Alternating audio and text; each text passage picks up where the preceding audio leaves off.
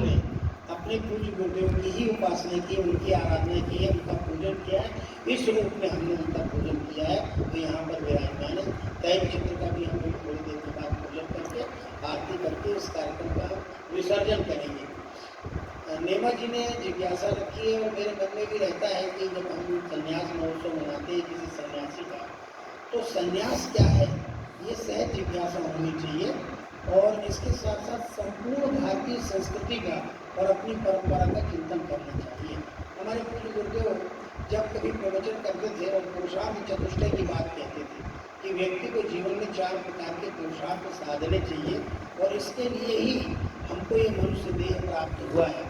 मनुष्य देह प्राप्त करने के बाद यदि हमने पुरुषार्थों को नहीं समझा, और पुरुषार्थ के कई अर्थ निकलते हैं, लेकिन सामान्यतः हमारे पुराण पुरुष महर्षि वेदव्यास जी ने जितने 18 पुराण लिखे, 18 उप पुराण लिखे, 18 उपोप पुराण लिखे, उन सब में पुरुषार्थ चतुष्टय की चर्चा है। धर्म, अर्थ, काम और मोक्ष। क्योंकि हमारी यात्रा धर्म से प्रारंभ होती है, अर्थ और काम का हम उपार्जन करते हैं, और मोक्ष में जाकर के इस यात्रा का समापन होता है। जीवन का रहस्य यही है। धर्म, अर्थ, काम और मोक्ष, इन परम पुरुषार्थ को जीवन में जीवन भर समझने का प्रयत्न करना चाहिए, और धर्म का अनुसरण करना चाहिए, धर्म का पालन करना चाहिए, धर्म के अनुशासन में पूरे जीवन को ढालने का प्रयत्न करना चाहिए। धर्म पूर्वक, धर्म माने हमारे अंदर जो क्षीर नील विवेकनी बुद्धि धर्म के माध्यम से, धर्म के अनुसंधान के, उसके अनुशीलन के माध्यम से आती है, उसके द्वारा हमें धन अर्जित करना चाहिए। अधर्म के रास्ते से भी धन अर्जित किया जा सकता है। बहुत लोग अधर्म के रास्ते से धर्म उपार्जित करते हैं, परंतु अंत में अधर्म के रास्ते से उपार्जित किया हुआ धन, उसकी परिणति क्या होती है। अभी हम लगभग 1 सप्ताह भी नहीं बीते हैं, हमने लखनऊ की चर्चा सुन रखी है कि अब रोज निकल रहा है, रोज खजाना खुल रहा है, रोज निकल रहा है। ये धन, ये कौन सा धन है? ये धन जो है, ये धर्म के रास्ते नहीं आया, अधर्म के रास्ते आया। इसलिए इसकी लूटपाट भी मच रही है, इसकी जांच भी हो रही है, और जीवन तो नष्ट हो ही गया। तो इसलिए हमें धर्म के अनुसार ही अर्थोपार्जन करना चाहिए। धर्म और अर्थ का सामर्थ्य जब हमारे जीवन में आता है, तो फिर काम पुरुषार्थ, काम का मतलब पर्टिकुलर अर्थ में जिसको हम लोग समझ जाते हैं सामान्यतः, उस अर्थ में नहीं लेना। वो भी काम का एक रूप हो सकता है भी, और उसमें कहीं ना कहीं वासना मिश्रित होती है, और वो वासनाएं बढ़ती है। इसलिए ऐसे वासना युक्त काम की चर्चा शास्त्रों में नहीं है।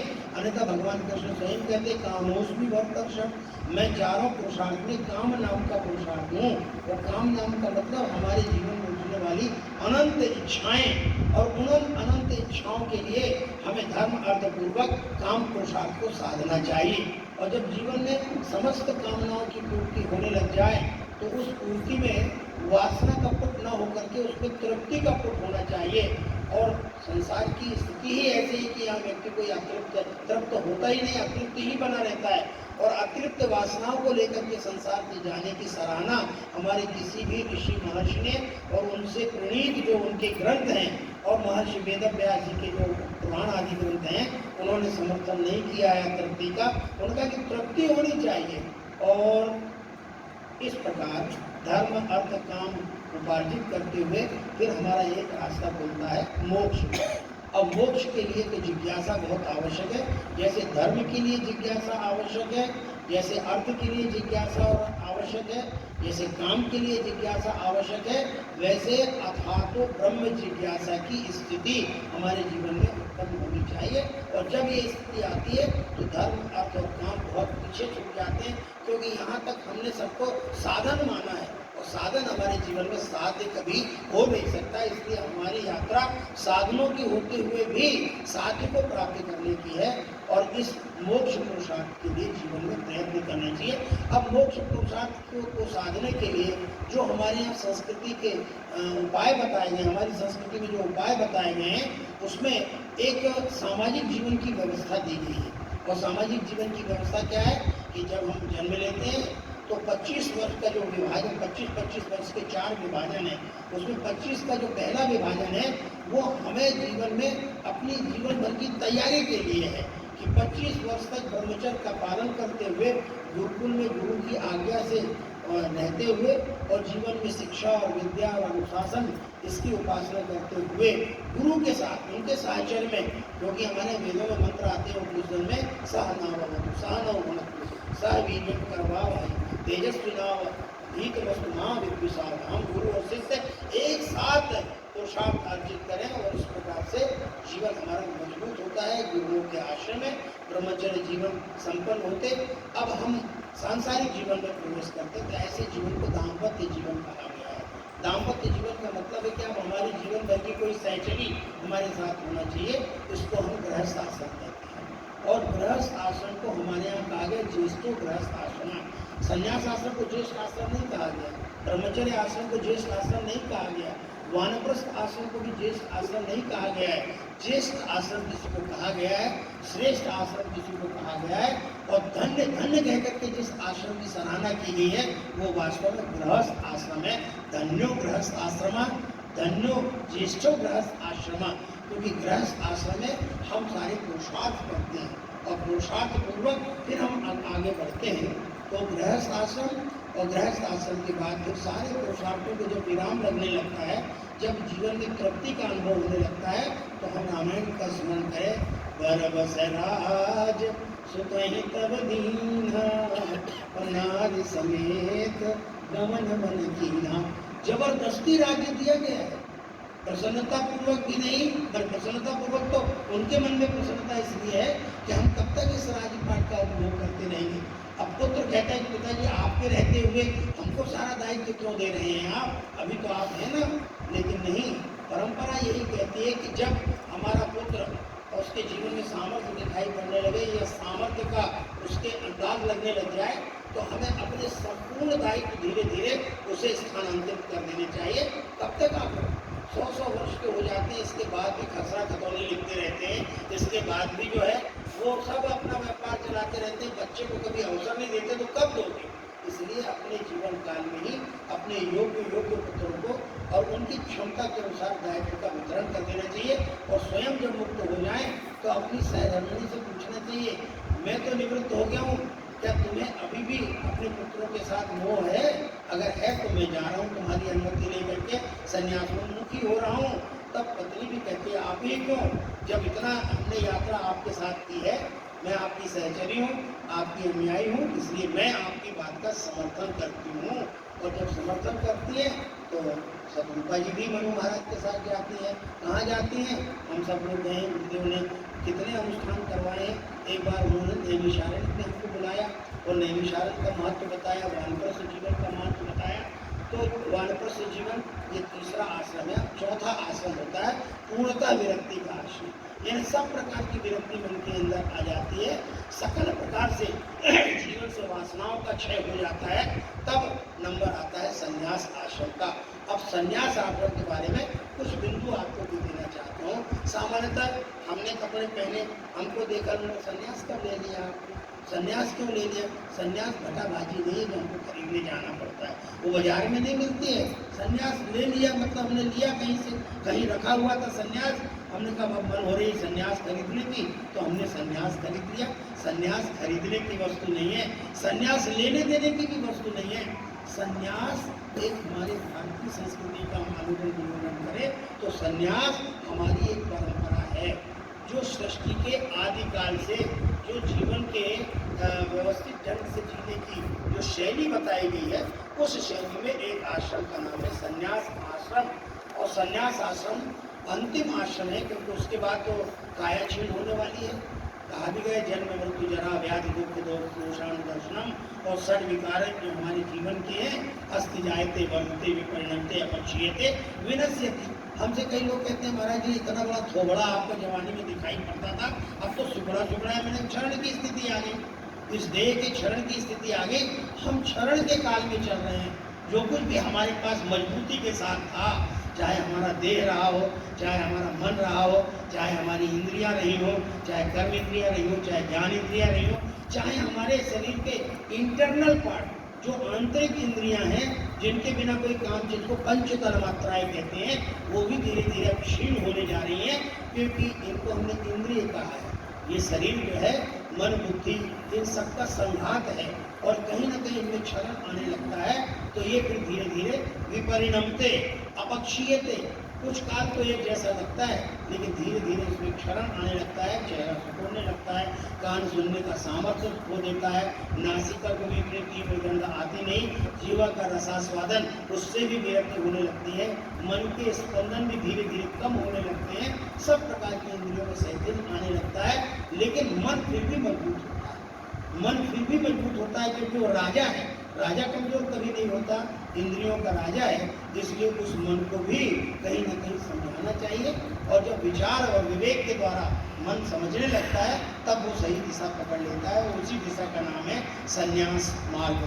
अब संन्यास मार्ग में जाने के पहले हमें स्वयं को टटोलना चाहिए कि हमारे अंदर उस वृत्ति का निर्माण होने लगा है कि नहीं, उस विरक्ति का निर्माण होने लगा है कि नहीं तो सन्यासी हो जाने के बाद भी बड़ी बड़ी अट्टालिकाएं, बड़े बड़े महल भी खड़े कर लेते हैं, इसका भी रहस्य है। सन्यास जीवन में इसको भी समझना चाहिए कि घर से तो निकले थे सबको छोड़ करके, लेकिन घर से कहीं ज़्यादा आपने तैयार कर लिया, क्या ये सन्यासी का पुरुषार्थ नहीं, ये परमात्मा की कृपा है। और कहीं ना कहीं आपका प्रारब्ध है, वो प्रारब्ध किस रूप में प्रकट हो जाए, हिमालय में भी बड़े बड़े उत्तुंग शिखर अपने महलों के आप खड़ा कर सकते हैं उसकी चोटी में, इसके लिए भी विचार संन्यास जीवन में किया गया है और बताया भी गया है, इसमें लिप्त नहीं होना है। प्रारब्ध तो आपके शरीर के अंतिम क्षण तक जो कुछ भी प्रारब्ध से आपको मिलने वाला है, क्योंकि एक जन्म का प्रारब्ध नहीं है, अभी तो आपने बोया है, इस जीवन में बोया है, लेकिन बोते बोते बोते बोते न जाने कितने जीवन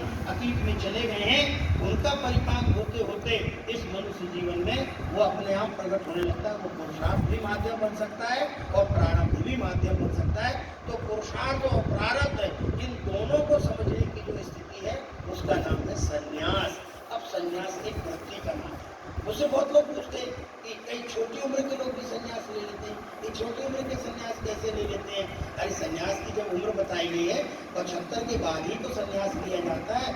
100 वर्ष तक की आयु कलयुग में निर्धारित है, लेकिन 100 वर्ष तक कितने लोग चल पाते हैं? स्वामी जी महाराज हमारे ये 100 के लगभग जा रहे हैं। अब हम अपने जीवन से विश्वास करेंगे कि 100 तक हम जाएंगे, लेकिन हमारे उपनिषद ग्रंथ कहते हैं 100 वर्ष तक जीने की आकांक्षा तो मन के अंदर होनी चाहिए। हे भगवान, हम चारों आश्रमों को पूरा करें इस जीवन में तो बहुत अच्छा है, और नहीं तो प्रारब्ध में जितना लिखा उतनी आयु का उपयोग करके हम चले जाते हैं। तो संन्यासी वृत्ति का नाम है। ये संन्यास वृत्ति 8 वर्ष की आयु में भी आपके अंतःकरण में जाग सकती है, 4 वर्ष की आयु में भी जाग सकती है। ध्रुव और प्रहलाद, ये श्रीमद् भागवत में 2 कथाएं आती हैं, उनके मन में, अच्छा ध्रुव को तो कहा गया है कि उसके मन में तो संपत्ति की आकांक्षा थी, पिता की गोद में बैठने की आकांक्षा का मतलब है संपत्ति पर अधिकार जताना, लेकिन ईश्वर की इच्छा कुछ और होती है, ईश्वर की इच्छा सर्वोपरि है, इसलिए संन्यास एक वृत्ति का नाम है। अब इस वृत्ति को चेक करना है। जैसे हम पहले नंबर डायल करते थे और जब 3 फिगर के नंबर होते थे, डायल किया 251 और गलती से 252 लग गया तो अंदर से एक ध्वनि आने लगती थी, check the number you have dial. आपने अब आपको अपने डायल किए हुए नंबर को चेक करना चाहिए, गलत लग गया है कहीं। अगर सही लगा है तो घंटी बजेगी, सामने से आवाज़ आएगी, लेकिन जब आवाज़ें नहीं आती, गलत नंबर डायल हो जाता है तो आवाज़ आती कि नंबर चेक करो, तो क्या हमको अंदर से कोई ध्वनि ऐसी मिलती है, check the number you have dial. आप जितनी डायल करते रहते हो उसको भी चेक करना चाहिए, अपनी साधना को चेक करना चाहिए, साधना की जो ऊर्जा है उस ऊर्जा को भी चेक समय समय पर करते रहना चाहिए। और ये एक समय होता है चेक करने का, जब आप फोन डायल करते हैं उसी समय ये ध्वनि आती है, हर समय ध्वनि नहीं निकलती। जब आप आँख बंद करके ध्यान लगा के बैठते हैं तो आपका मन कहाँ जा रहा है, किस दिशा में जा रहा है? अगर ध्यान करते करते मन उन्हीं सांसारिक बातों में जा रहा है तो check the number you have dialled. आप अपने चेक डायल किए हुए नंबर की जांच करिए, अभी भी आप संसार में ही भटक रहे हैं। अभी आप जिसके लिए ध्यान लगाकर बैठे थे, वो जो आपका ध्येय है, जिसको आपको ध्यान करना चाहिए, जिसके लिए आपने ध्यान लगाया, वो नहीं लग रहा है। इसका मतलब है कि अभी आपको अपनी साधना में तीव्रता लाना है, साधना को और तीव्र बढ़ाना है। जिन लोगों का ध्यान लग जाए, भगवान ध्यान में आने लग जाए, जो आपके उपास्य देव हैं, आप जिनका ध्यान करते हैं, जिनकी पूजा करते हैं, यदि वो तुरंत आपके ध्यान में आने लग जाएं और फिर आप मानसिक पूजन करने लग जाएं, उनका जप करने लग जाएं, तो आप समझ लीजिए कि आपने सही डायल किया है और रिंग जा रही है। बातचीत होने में थोड़ा समय लग सकता है, वो वहाँ से उठाएंगे, हलो की आवाज़ आएगी और आप ठीक दिशा में। अब ये स्थिति आपकी संन्यास की स्थिति, यानी वृत्तियों का निर्माण। जो कुछ भी आपने अब तक किया है, बाहर से जो कुछ किया है वो संसार की दृष्टि से किया है, और अंतर से जो कुछ आपने किया है वो स्वयं के लिए किया है। इसलिए संन्यास को हमारे यहाँ कहा गया एक वृत्ति का नाम है। संन्यास कपड़ों का नाम नहीं है, संन्यास किसी कर्मकांड का नाम नहीं है। लेकिन आदि जगत गुरु शंकराचार्य का आज से 2500 वर्ष पूर्व, कुछ लोग 5000 वर्ष पूर्व मानते हैं, कुछ 1200 वर्ष मानते हैं, कुछ 2.5 मानते हैं। जो भी मानते हो, हमें उस मान्यता में कहीं विरोध नहीं है। जो भी मान्यता हो, हमसे तो दूर है शंकराचार्य जी, बहुत दूर हैं। और उन्होंने जिस विधा का निर्माण किया कि संन्यास की एक कर्मकांड की विधा होनी चाहिए, और मंडन मिश्र के प्रसंग से, भारतीय से शास्त्रार्थ के प्रसंग से ये आचार्य शंकर के जीवन में हमको देखने को मिलता है। अब तो जन्मजात सन्यासी थे, अष्टवर्षे चतुर्वेदी, द्वादशे सर्वशास्त्रविद, षोडशे कृतवान भाष्य, द्वात्रिंशत् मुनि 90 का 32 वर्ष की केवल उनकी अवस्था थी और उनके अंदर संन्यास की वृत्ति का निर्माण हो गया था। तो संन्यास एक वृत्ति का नाम है, संन्यास एक परंपरा का नाम है। और संन्यास के द्वारा वास्तव में न्यास शब्द इसमें सम्यक प्रकारेण न्यासा, हम किसी पारंपरिक धरोहर को और सुसज्जित करते हैं अपने अंतःकरण में, उन विचारों को, उस चिंतन को जीवन में धारण करते हैं। और ऐसे सन्यासी जब हमारे जीवन में आते हैं तब हमसे प्रभावित होते हैं। जितने लोग यहाँ बैठे हैं, याद रखना, अचानक स्वामी जी महाराज के संपर्क में नहीं आए हैं। हमारे आपके जीवन में प्रारब्ध जागृत हुआ है, और उस प्रारब्ध के कारण, उस प्रारब्ध के पुण्य प्रताप से कहीं कोई ध्वनि हमारे कान में पड़ गई, मैं तो प्रभावित हुआ, अब सौंप दिया इस जीवन का सब पाठ तुम्हारे हाथों में। ये सस्वर उनके कंठ से प्रार्थना हमने सुनी, बस वहीं से मैं लट्टू हो गया और उनका हो गया। नहीं तो मैंने भारत माता मंदिर के निर्माण में व्यंग्य कसा था। अब एक महात्मा और आए भारत हरिद्वार में, जिनको जमीन में जगह नहीं मिलती है, आसमान में मंदिर बना रहे हैं। हमने तो अभी तक, हमारी बुद्धि उस समय की अपरिपक्व बुद्धि, वो कह रही देखो एक महात्मा को जमीन में विस्तार के लिए जगह नहीं मिली तो वो आसमान में मंदिर खड़े कर रहे हैं। अब वो 7-8 मंजिल बनाएंगे। तब किसी ने बताया हमको कि तो शंकराचार्य थे, और फिर हमारे एक मित्र ने कहा कि चलो स्वर्ग आश्रम में उसी हॉल में, चोटी वाले होटल के बगल में जो हॉल है, मैं परमात्मा विद्यार्थी था और बड़ा जिज्ञासु था, संतों के बीच में बचपन का साधु था। उनके पास गया, जैसे उनकी अंत और प्रवचन समापन के समय था, लेकिन जैसे उन्होंने ये प्रार्थना शुरू की, मन वहाँ नाचने लगा। हम तो बड़ी देह यष्टि बहुत अच्छी है, आवाज़ बहुत अच्छी है, प्रवचन के कुछ कण पड़े और प्रार्थना सुनी। हम कहा इनसे मिलना है, तो बोले वही भारत माता मंदिर। अच्छा, वहाँ गए, मिले। हमें क्या पता था कि संन्यास इनके द्वारा बधा हुआ था।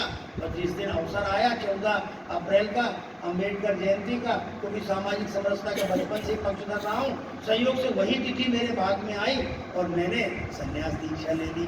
तो ऐसा अद्भुत सन्यासी, जब मुझे उनके बारे में बोलना होता है तब मैं कहता हूँ कि हम में से किसी ने भी आदि जगत गुरु शंकराचार्य को नहीं देखा। हम में से किसी ने स्वामी विवेकानंद को नहीं देखा। मैंने लंदन में जब उनके साथ, हमारे साथ यहाँ बैठे हुए लंदन के साथी, घर घर हमने चित्र देखे।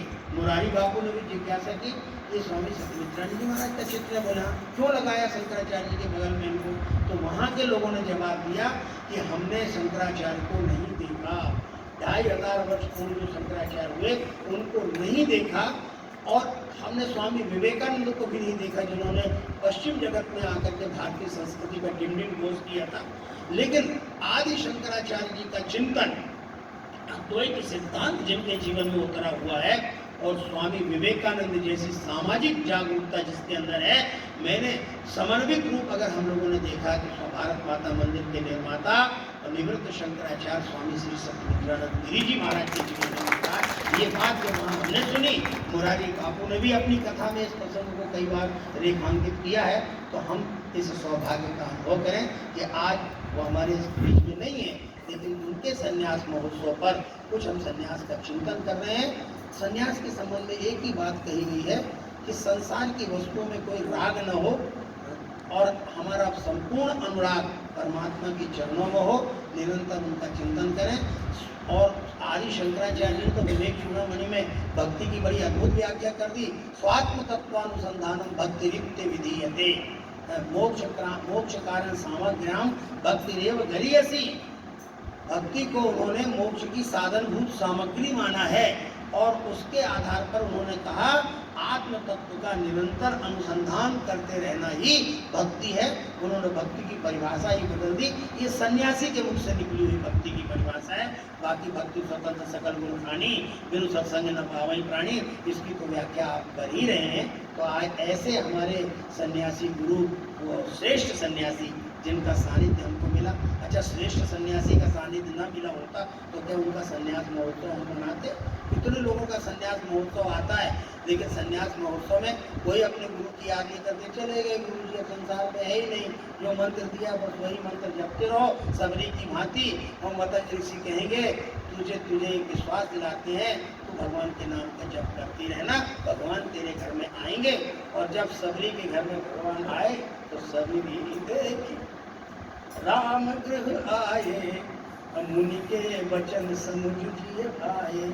उसको ये विश्वास था कि गुरु ने कहा है, गुरु ने मुझे मार्ग दिखाया है, सन्यासी गुरु ने मुझे मार्ग दिखाया, संसार से अलिप्त गुरु ने मुझे मार्ग दिखाया है। और आज उनका दिया हुआ वो वाक्य जो मैंने बार बार सुना था, उनके जाने के बाद मेरे मन में हताशा थी, मेरे मन में निराशा थी, क्या गुरु चले गए, अब क्या मुझे भगवान मिलेंगे?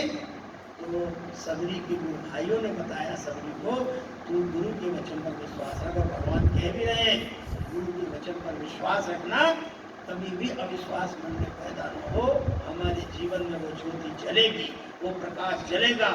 उस प्रकाश स्तंभ में हम एक बार दिव्य लोक का दर्शन करेंगे।